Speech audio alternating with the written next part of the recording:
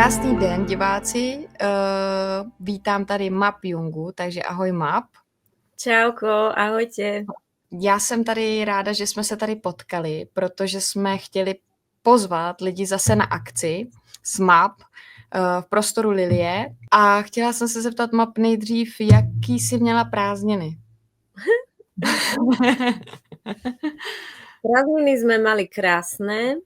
Akurát som hovorila aj Gorovi v nedeľu, že wow, aké prázdniny, vôbec nie som unavená z detí, všetko krásne plynulo a prešli 2 dní a že preboha, zase riad, zase variť, zase niečo chcú, že už sa veľmi teším aj na ten začiatok školského. No a ta vlastně beseda v Lilii se jmenuje Si to, co hledáš, česky, tak se tě chci zeptat, co si pod tím vlastně jakoby můžeme představit, nějakou ochutnávku k tomu přiblížit, o čem se bude povídat. No, povídať budeme, samozrejme, ale je to o tom navnímaní si. Práve keď sa stretávame, či už sú to besedy, alebo semináre, alebo aj takéto rozhovory, tak si človek postupne navnímavá, kým je naozaj. No a to, kým sme, tak to je to, čo sme častokrát hľadali. Ja mám za sebou aj takú dlhšiu cestu, akoby v ezoterike.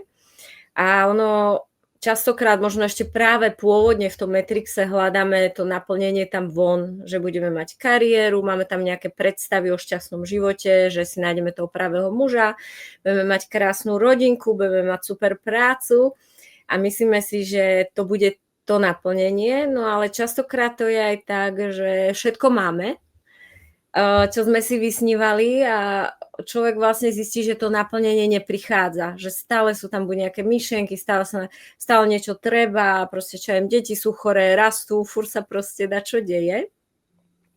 No a potom vlastne popri tom, alebo potom prichádzame vlastne do tej ezoteriky, kde začíname hľadať nejaké to naplnenie, vnútorný pokoj, Boha, nejaký možno stav neustáleho šťastia. No a robíme rôzne meditácie, rituály a terapie, aby vlastne už konečne skončilo, aby skončili konečne tie nepríjemné veci a aby vlastne ten život bol tak vyladený, že už vlastne stále budeme akoby v tom blahu, hej, a hľadáme akoby unik z toho nepekného. No a častokrát to bolo, že ten Boh je tam niekde vonku, alebo tá energia, naplňali sme sa tou energiou. Proste hľadali sme to naplnenie, až kým sme zrazu zistili, teda ja, že celý čas, čo som hľadala, tak som vlastne mala v sebe.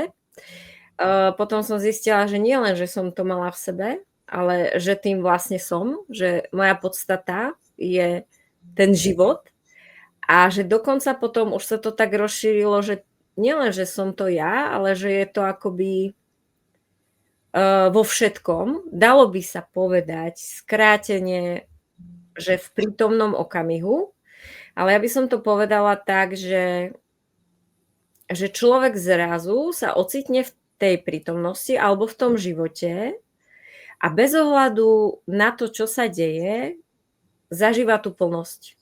Hej, že zrazu je úplne jedno, či si doma, či si v čakárni, dať aj na polícii, keď som vybavovala technicky k autu, alebo proste niekde cestuješ, zrazu vlastne zistíš, že je úplne jedno, ako sa tie kulisy menia, dokonca či je pri tebe niekto milovaný, alebo niekto, kto, nazvime ťa, stresuje, alebo že je to naozaj jedno, lebo to, čo si hľadala, si ty. Máš to vlastne stále sebou.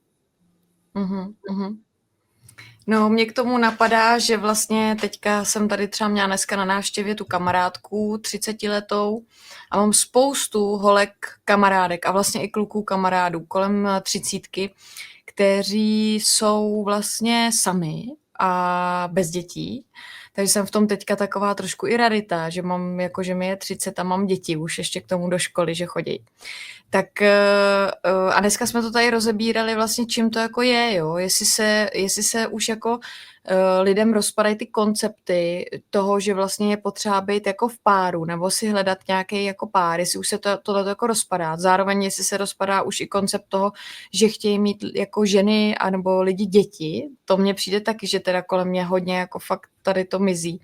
Ale zároveň mám pocit, že jsou jako nešťastní, že nejsou, že to není tak, že jo, já jsem sama, jsem spokojená, je mi 30, jsem spokojená sama se sebou, už jsem se našla, nepotřebuju nikoho, ale že jsou vyloženě, že mají pořád ještě jako ten program, že někoho hledají, že potřebují tu druhou polovičku, že to slyšejí zvenku, že by měli si někoho najít, pořád proč ty někoho nemáš, kdy už si založíš rodinu, tíkají ti biologické hodiny, no ale vlastně oni vůbec nevědí, jak na to, jako jak se seznámit, jak jako a zároveň, tak jsem se tě na to chtěla zeptat, na tohleto téma, jestli k tomu něco tě napadá. Ono kľudne sa môžeme baviť aj z tejto roviny, alebo môžeme o tom trošku povedať, že sa to mení. Stále sa to v tej spoločnosti mení, kde predtým tí naši rodičia budovali socialistickú vlast a všetci rýchlo mali tie rodiny a šup nás do tých jaslí a všetko bolo nalinkované. My sme tam ešte tiež mali niekde ten návyk, že to bezpečie je vlastne tá rodina, že rýchlo vlastne nájsť tú lásku a založiť si tú rodinu, ale už to možno nebol až taký tlak a teraz sa to uvoľnilo a tí ľudia už nemajú, už sa vlastne rozpadli, ako si popísala tie vzorce, že v tej spoločnosti, aby si nebola divná, tak potrebuješ mať toho muža a deti, lebo dakedy to boli tie vzorce, hej, že ostala si na odsud a tie ženy boli na okraji spoločnosti, tak teraz je to akoby už také voľné, není tam ten tlak takej spoločnosti, hoci sa to môže akoby ešte objaviť, ale ono je to úplne jedno, čo sa deje a ako sa to deje, lebo ide úplne o každého jednotlivca, pretože ja napríklad poznám ženy, ktoré naozaj majú okolo 34 rokov, rozhodli sa nemať deti a aktuálne sú v tom šťastné, žijú svoj naplnený život, hej, takže ja by som ani práve nešla do takýchto všeobecných, hoci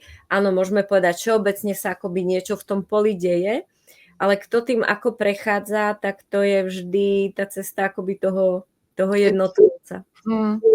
To je asi nějaká moje bublina, že mám těch kamarádek fakt jako hodně.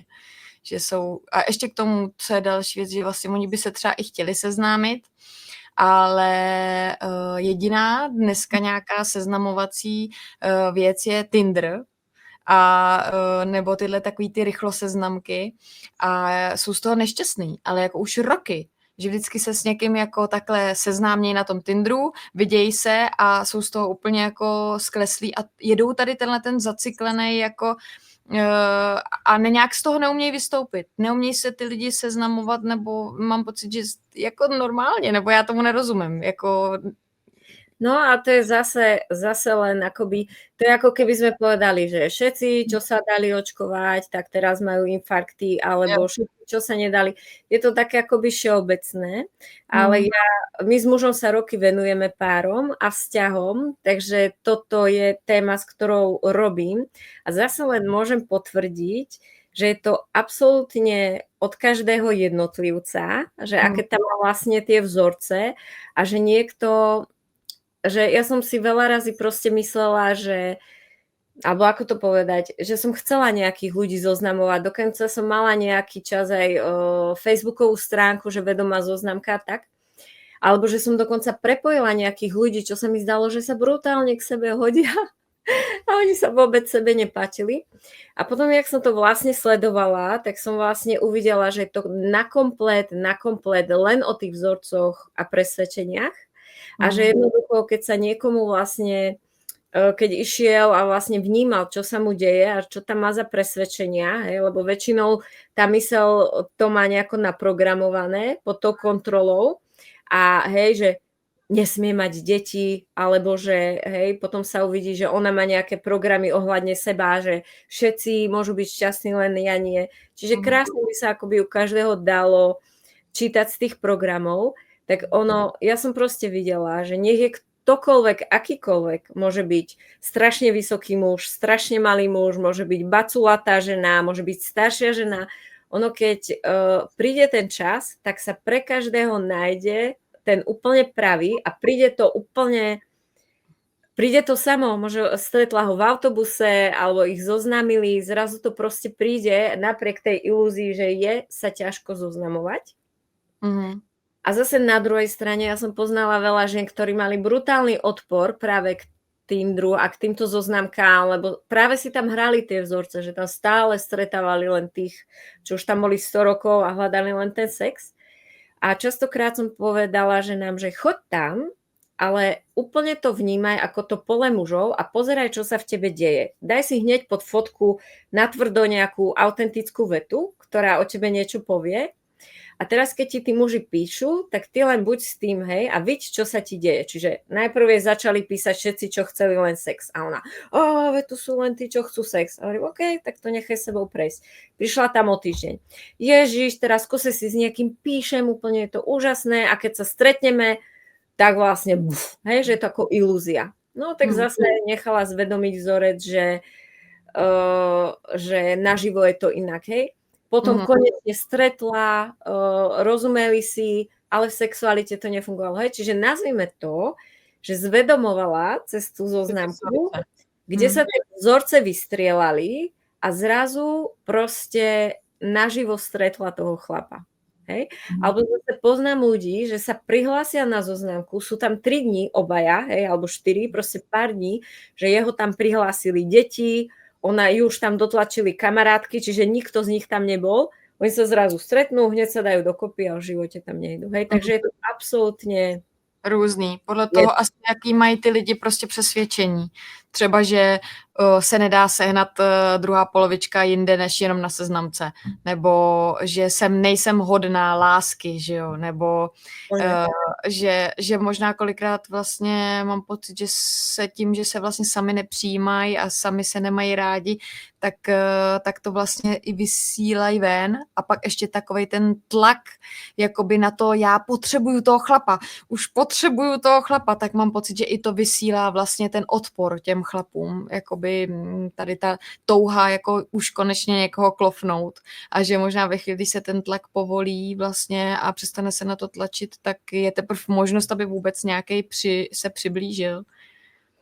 Ono je to tak akoby so všetkým, že je to jedno, každý ako keby má nejaké tie svoje témy, hej, že niekto chce veľmi bábätko, nemôže mať, niekto chce ten vzťah, niekto chce peniaze, niekto chce zdravie, ale práve keď je to u niekoho tak silná téma, tak to, čo som si všimla, že práve skrz tú tému sa ten človek akoby, keď sa tu bavíme, hej, o tom, navnímať si, kto skutočne si, tak my sme skutočne tá sloboda, kde tie vzorce na nás, tie vzorce patria len k tej naprogramovanej osobe. A to bola celá ezoterika, hej? Pracovať s tými vzorcami, preprogramovať to, nájsť to, že stále si nájdem len alkoholikov, lebo môj oco bol alkoholík, je tam to presvedčenie, že všetci dobrí muži sú alkoholici, alebo len aby nebol alkoholík, tak proste si nájdem super muža, ktorý síce nepije, ale potom je z neho,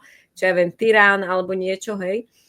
Takže celá ezoterika bola o neustálom hľadaní príčin, prečo to tak je a o prepisovaní vzorcov.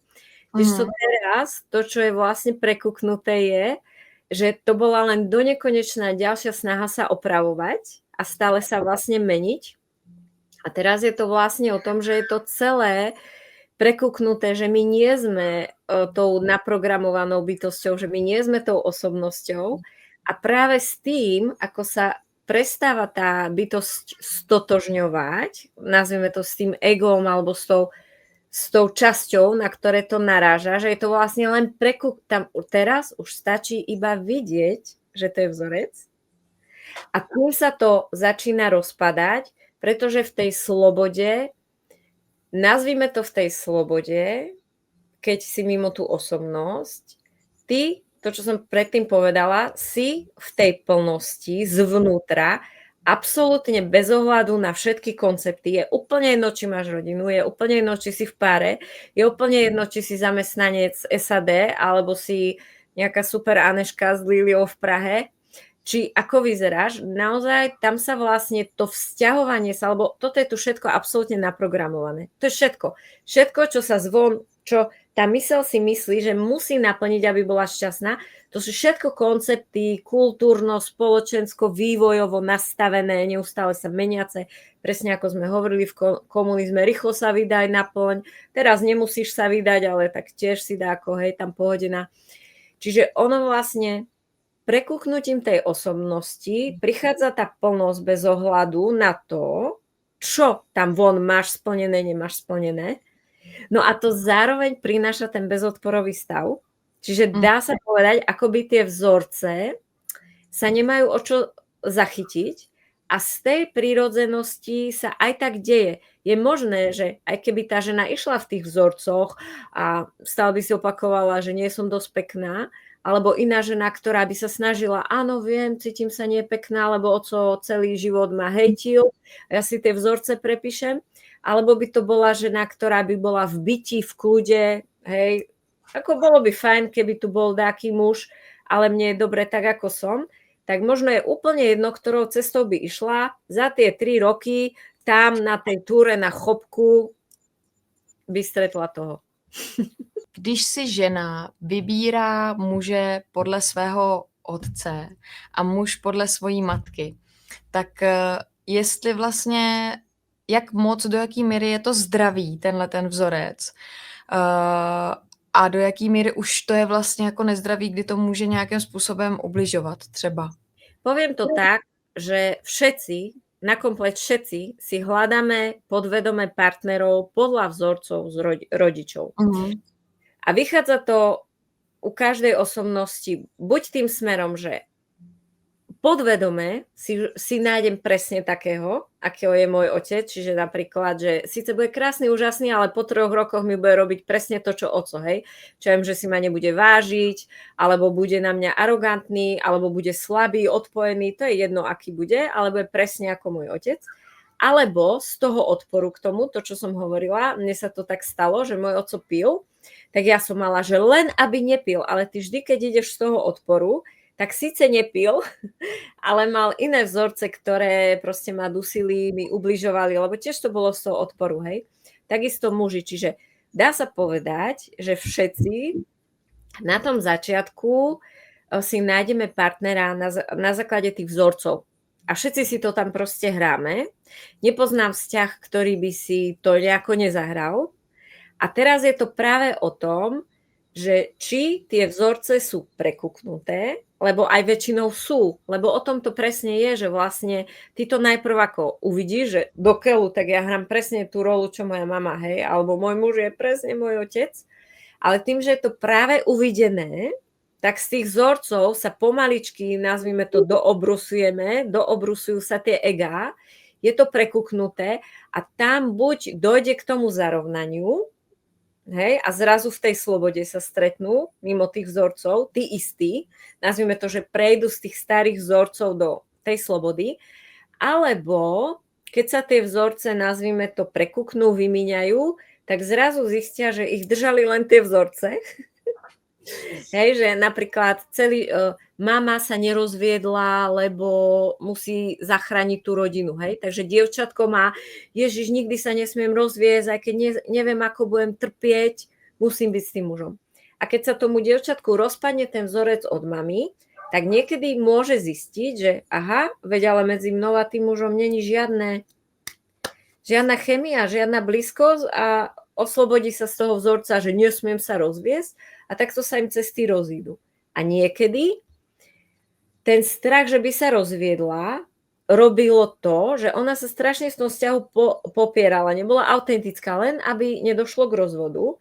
Ona keď, nazvime to, sa oslobodí, prekúkne sa ten vzorec, ona si zrazu povie, no bože, ale ja nie som moja mama, som podnikateľka, môžem sa rozviesť, bože, veď to bolo maminé presvedčenie a zrazu ona to prezre, že sa celé tie roky potlačala, zrazu začne byť autentická a ten muž, ktorý mal na ňu nervy, že je taká, čo ti navarím, hej, zrazu ona začne byť sexy, autentická, robí si čo chce a ten muž zrazu, že preboha, koho ja mám to doma a zrazu ich to spojí.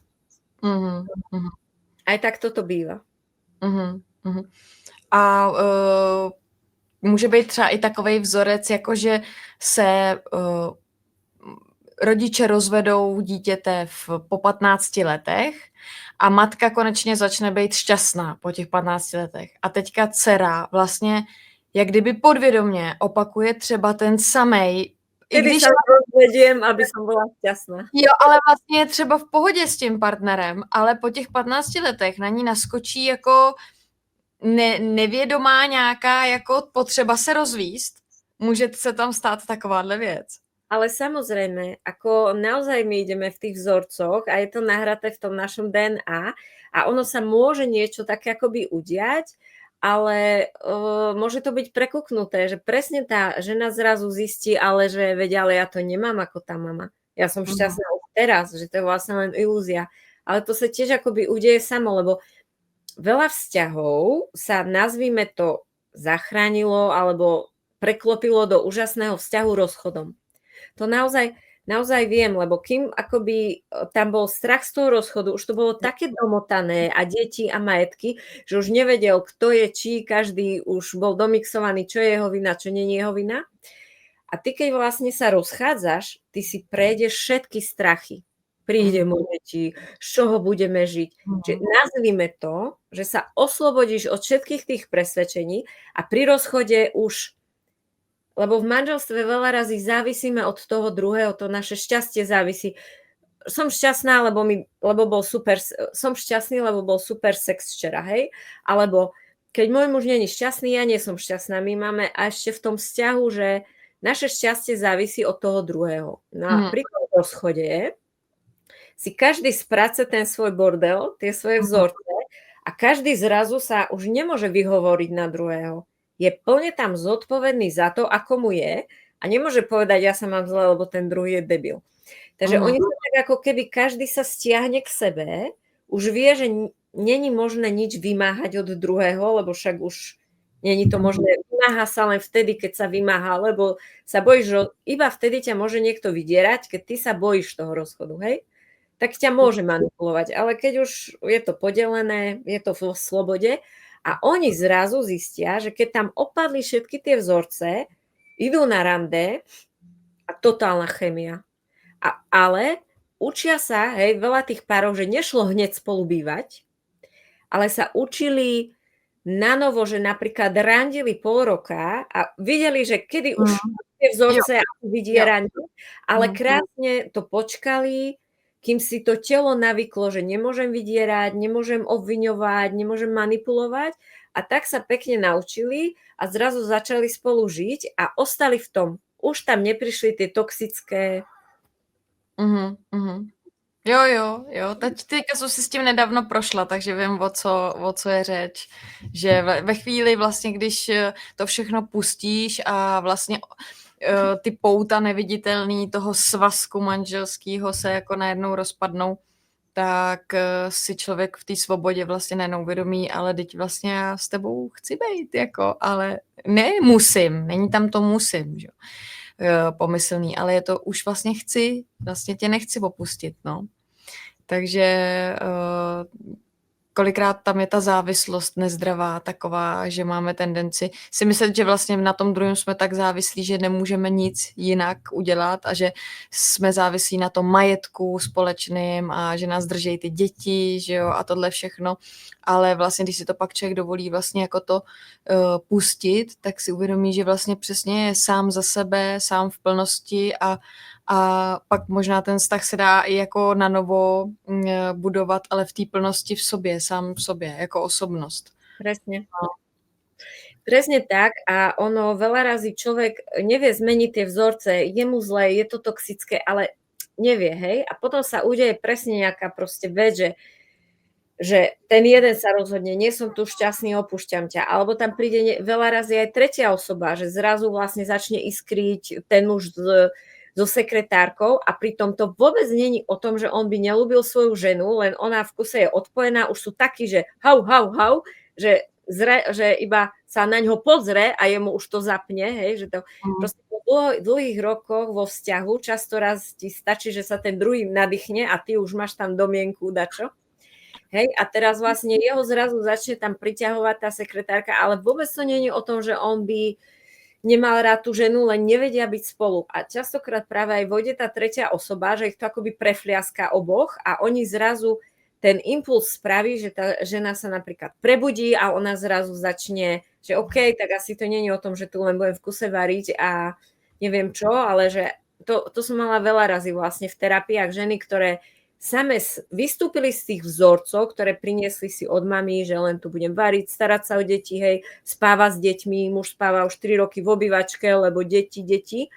No a potom vlastne musí prísť niečo také a žena pekne začína od začiatku, kto som ja som v prvom rade žena a nie len matka, hej, a muž ma môže si vážiť ako matku svojich detí, ale keď, hej, aby to fungovalo, tak stále musím ostať ženou, aj keď som to mamou. Takže ono veľa razy sa udeje niečo akože nepríjemné, tie egá sú z toho na nervy, všetky strachy vylezú, ale potom, keď to prejde, tak zrazu to hodnotia, že to je vlastne to, čo ich prišlo oslobodiť.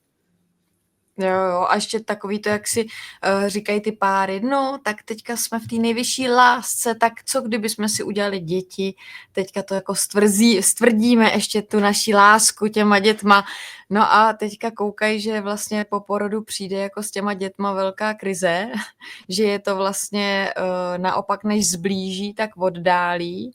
A teď se ocitají v něčem, že prostě maminka nemá sílu, prostě samozřejmě pozornost je upnutá místo na manžela na dítě, že jo, a manžel vidí manželku furt jenom uslintanou, ukojenou, ale prostě tak přijde taková vlastně jako krize a teďka co s tím, že jo, protože jak se takovouhle třeba věcí tím, když přijdou ty jakoby děti, samozřejmě někdo tím projde jednoduše a super, ale někdo, jako mám zkušenost i svojí, že ten první rok byl náročný a že to je taková jako krizička, že někdy ani ty lidi neustojí, že pak prostě si udělají děti a jdou od sebe, že to je taky takový jako častý příklad. Jestli tě k tomu něco napadá. No, to tak naozaj je, že tými deťmi sa naskočia tie vzorce, to proste tak je, hej, že dovtedy vlastne, lebo dovtedy sa staráme jeden o druhého, máme všetku energiu a lásku, všetko sa opečúvávame navzájom a prídu tie deti, hej, a jednoznačne zrazu to povyťahuje, hej, všetky tie traumy, všetko, čo vlastne si ako dieťa nemala, tak vlastne to dieťa, ktoré neustále ako keby, že bere, hej, zrazu ti to zatlačí, hej, že veľa ľudí má nervy už len z toho, že dieťa zaplače, hej, proste človek je nevyspatý a teda. Takže jasné, že tie vzorce vlastne akoby nabehnú, ale to tiež záleží o tom, že ja to veľa razy vidím, že niektorými vecami si človek musí prejsť. Hej, že napríklad my s Igorom sme si povedali, že my keby sme nemali tie manželstva predtým, tak my by sme sa nevedeli oceniť. My by sme nevideli v tom druhom to, čo keď sme si odžili s tamtým. Hej, že jednoducho nedá sa nič akoby urýchliť. Hej, že mám kamarátku, úžasná láska s tým pravým, proste všetko bolo ružové, 150% a prišlo to dieťa, hej. A teraz darmo, že ja som jej mohla hočo povedať, ona aj mohla hočo, ale ono to ako trebalo isté veci odžiť, že to ako to ego sa obrusuje, človek tak ako vytriezve a pomaličky sa to akoby, proste ja musím povedať, že všetko sa deje ako má a že tie životné skúsenosti, alebo to, kým sme dnes, sme vďaka tomu, čo sme akoby prešli, hej, takže ja práve ako terapeut, ja vidím, že každého človeka sa dá pohnúť presne o ten milimetrík, kde je nastavený. Nedá sa, že no tak ja ti to teraz celé akoby poviem, alebo ťa tam sprevodím a ty takto vlastne sa ti to akoby nebude diať, takže ja to proste vnímam, že tým životom, najväčšia terapia je život sám. Ty niečím prechádzaš a úplne ťa to vlastne premieňa. Prekúkávaš to, oslobodzuješ sa, proste sa to tak deje. Takže to je prostě zkouška taková životní a prostě, ať děje se, co má, buď to jdou od sebe, anebo spolu zůstanou, prostě se to děje, jak se to dít má. Áno, a samozrejme, keď som bola v prvom manželstve, tak prví tí dvaja synovia pootvárali fakt, že to boli akože extrémy, čo sme si s tým mužom prechádzali. A vlastne s Igorom, hej, obidve deti doma rodené, boli sme tam dvaja na nich, boli sme už akoby inší, ale tiež sa potvárali. Aj Igorové, aj moje nejaké veci. Nič nebolo akoby ružové, ale to, ako sme tým prechádzali, tak vlastne bolo z toho cítiť, že už tam nie sú nejaká obeť a tyrán alebo dve obete, ale že vlastne už každý sme boli s tým, čo nám to otvára a tým pádom sa to prechádzalo, nech to bolo akokoľvek náročné, tak ja môžem povedať, že to bolo veľmi ťažké a prešli sme tým ľahko.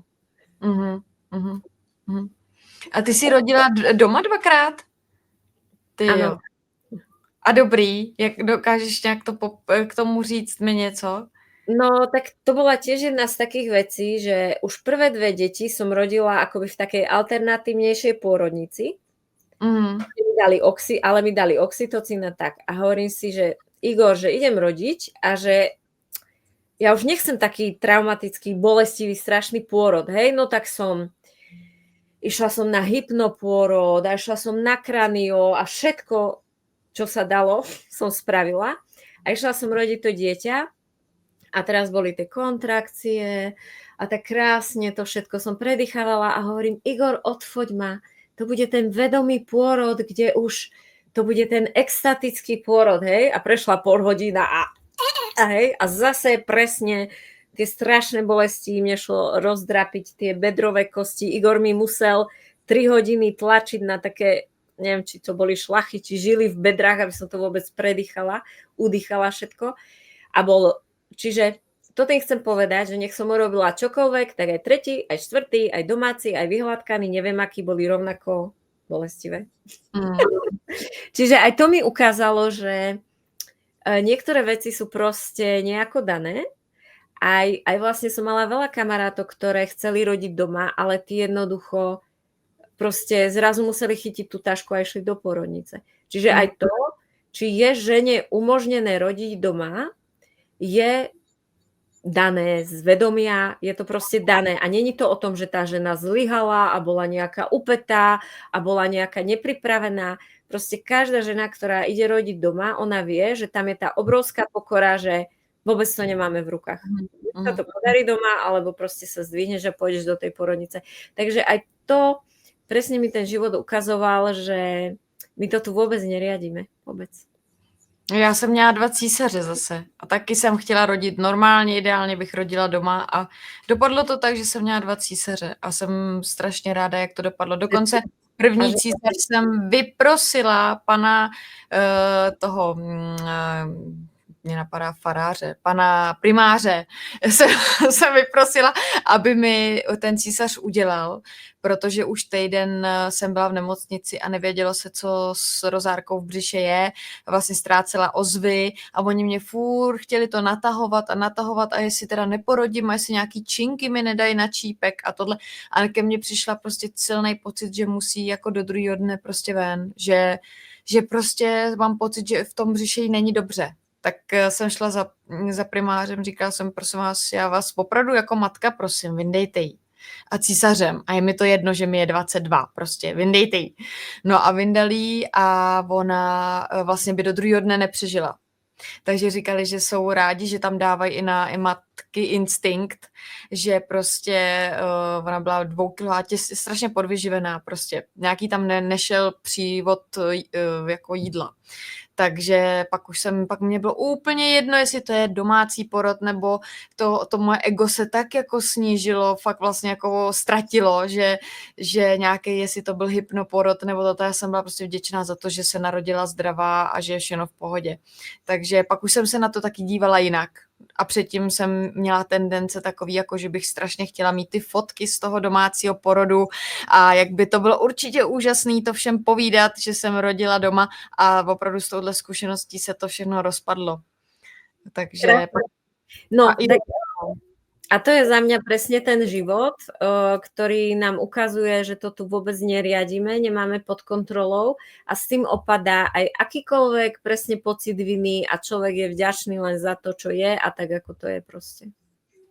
Oni se tam teda pak ještě vyplavili nějaký takový ty pocity viny, jako že v tom bříšku strádala, že jako jsem to způsobila já, to strádání, ale velmi rychle jsem si to zpracovala s tím, že mám důvěru v to, že si ty miminka vybírají, kde se roděj a komu se roděj a jak se roděj, jestli se roděj tím přirozeným porodem nebo tím císařem a že to je všechno takový jako, nebo je to prostě daný.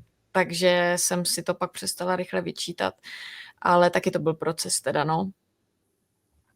No a presne keď sme pri tomto, tak si to, čo hľadáš, keď človek začne vnímať seba, kým v skutočnosti je, že nie je vlastne tou naprogramovanou osobnosťou, tak práve z toho bodu konečne prichádza ten život v plnom prijatí toho, ako to je, bez toho, aby neustále žil v minulosti, neustále sa za niečo vinil, čo mal spraviť inak, neustále niekoho vinil a zároveň aj opadá ten strach o budúcnosť a tá mentálna aktivita, že ja sa musím rozhodnúť, že či idem rodiť doma alebo v porodnici, že ja musím sa strašne snažiť pri tých deťoch a vedome ich vychovávať, aby nemali trámy, hej. Tam vlastne to celé mizne a to je konečne tá úľava a za mňa ten slobodný život, kde toto sa už akoby vôbec nehrá. Ostalo tam len čisté žitie toho, čo sa práve žije a nič k tomu není ani čo pridať a ani čo ubrať. A za mňa ako keby ja som veľmi tužila tak žiť, že vlastne sa žije len to, čo je. Hej. Ja som to aj niekde hovorila, že keď som bola malá, videla som v tých filmoch, že žena v kvietkovaných šatách, hej, sa hojda vlastne v tom kresle tehotná a vidíš len to, západ slnka, kvietkované šaty a vnímaš to bytie. A potom si zrazu tehotná a síce sedíš v parku na lavičke, ale brutálne strachy, ako porod, čo to prvé dieťa, hej, proste, čo všetko v tebe... Mě píchlo, ježišmarja, neměla bych jít doktorovi, když mě tady píchlo. Presne. A návrat k sebe, alebo návrat k tomu, čo sme vždy hľadali, k tej prirodzenosti je, že ten život naozaj je len taký. Že keď proste sedíš a pri tom západe slnka s tým čajom, tak naozaj tam nešrotíš Ježiš, strach o budúcnosť a nešrotíš čo, kto ťa kedy ohovoril alebo kto ti čo ublížil a že naozaj to vlastne akoby opadne a naozaj je to tak, ako sme si, keď sme boli deti, ako sme tých dospelých vnímali, my sme vôbec nevedeli, že oni majú nejaké stavy, depresie, myšlienky, my sme len videli, že idú pekne za ruku, hej, alebo čaj kosí, detko kosí, alebo detko hrabe, západ slnka. Čistá prítomnosť. My sme nevedeli, čo on má za procesy v sebe. Takže toto je vlastne za mňa tá hodnota, že zrazu je naspäť ten život iba obyčajný v tom bytí toho, čo je.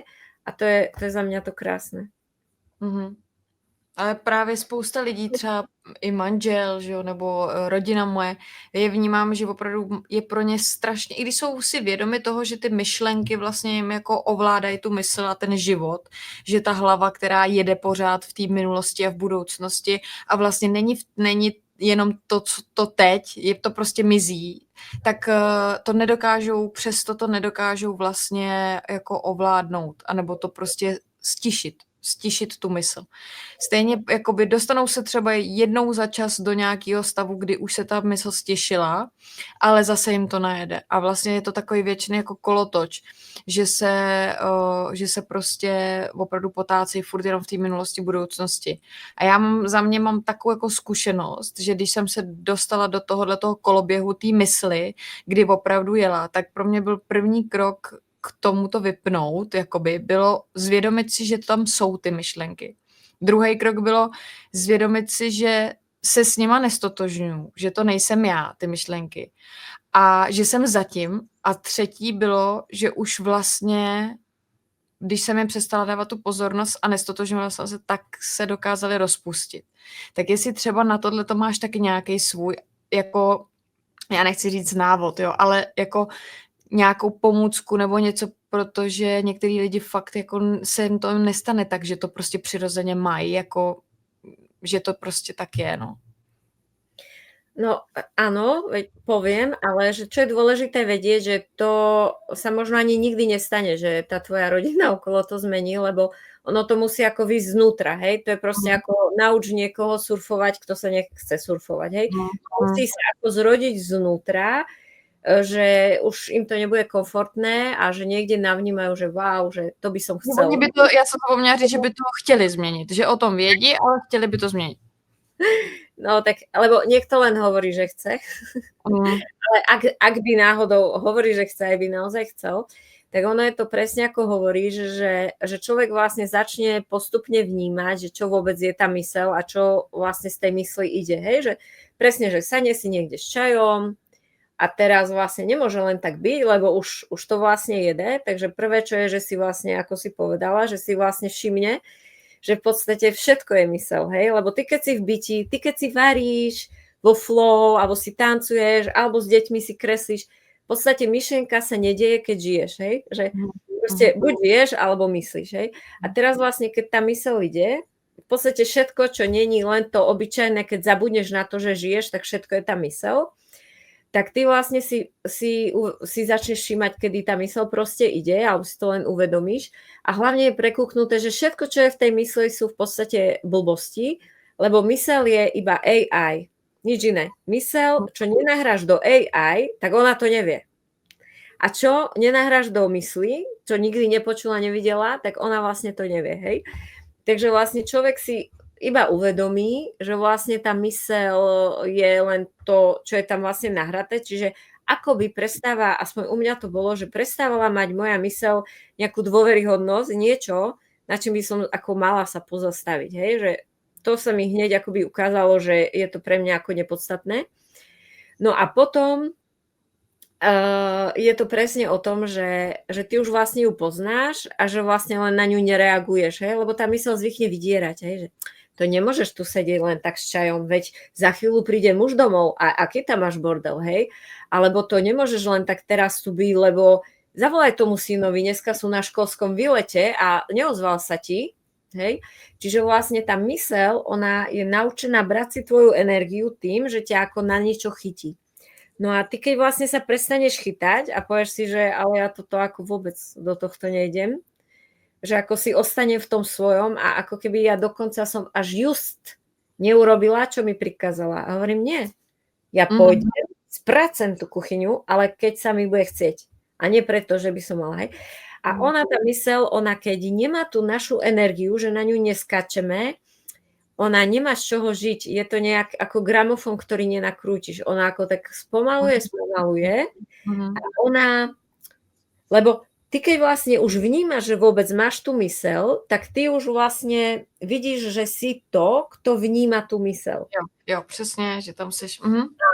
A ešte tam sú potom aj tie emócie, že príde myšlienka, že Ježiš, syn ešte není doma, je na diskotéke, hneď k tomu emócia, čiže už vnímaš, že je tam nejaká myseľ, vnímaš tam, že je nejaká emócia, ale ty si na pozadí toho, kto vníma, že deje sa emócia, deje sa myšlienka a ono čím viac času sa to tak deje, že ty vnímaš, že sa iba deje emócia, iba deje myšlienka, tak sa naučí akoby tvoja pozornosť alebo tvoje vedomie, to zúžené, ktoré bývalo v mysli alebo v tých strachoch, sa pomaličky navykne si byť v tom, lebo ty stále si to bytie, ale akoby tá tvoja, ten návyk, kde tráviš čas, sa presunie pomaly stále viac a viac si navyká byť v tom kľude.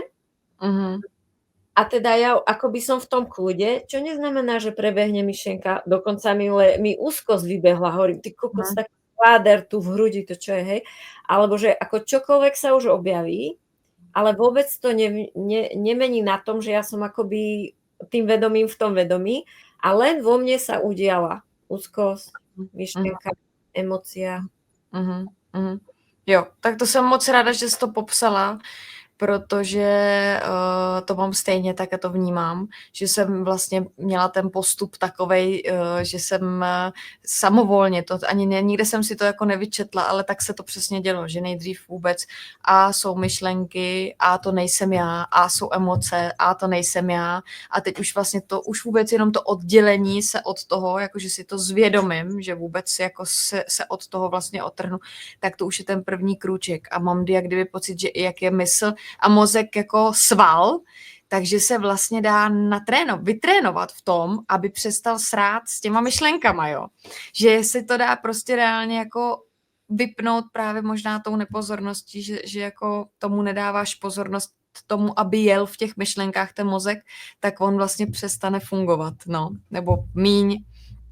No, pak člověk samozřejmě do toho snadno zase třeba někdy najede, do těch myšlenek, zase do toho starého vzorce, když se třeba stane nějaká tragédie, tak to jsem, přesně to mám teďka vyzkoušený, že když se stala nějaká velká krize doma, tak se ten mozek zase jako rozfungoval.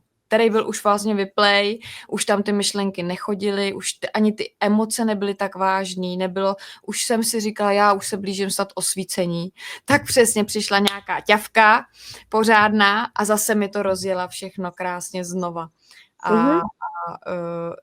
A přesně jak říkáš, že se to prostě děje, protože já jsem byla ve stavu opravdu, kdy jsem už si nemohla nic vymýšlet myslí, že bych si to vytvořila tou myslí, že se takováhle událost uděje.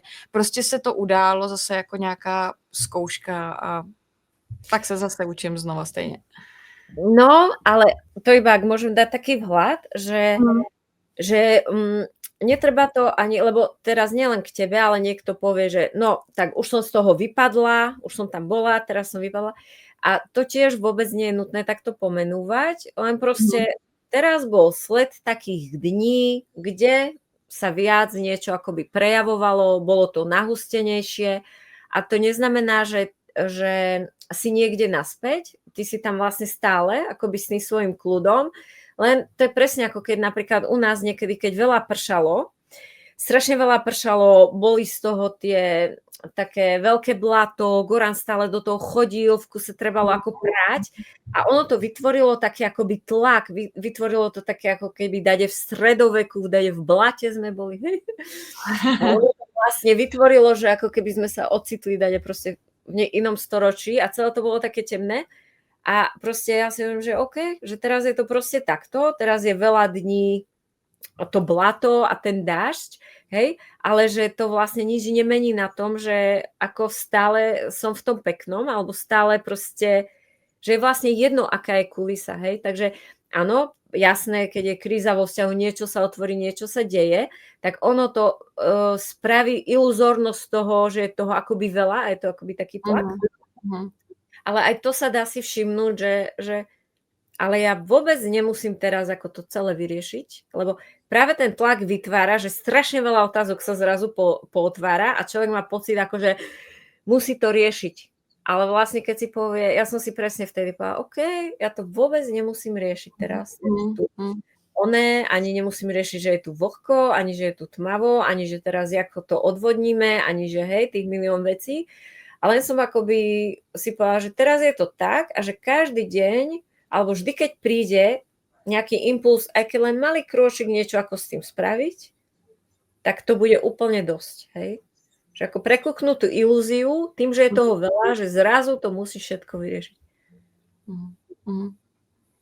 Jo. Mně to přijde, že to je spíš ještě jako takový... tak jsem už jako v pohodě, už jako si dokážu s tím poradit, s tou myslí, tak teďka přijde taková zkouška, jako jestli obstojím. Ježišmarja, teď jsem se jako rozpadla, ale vlastně jestli si i s tímhle poradím a i v této situaci dokážu zachovat tu mysl klidnou, tak vlastně to je ještě lepší. Takže a zase je to hodnocení, ale přijde mi, že někdy ty zkoušky přicházejí jako vlastně, aby nás to možná ešte ako posunulo vejš, nebo níž.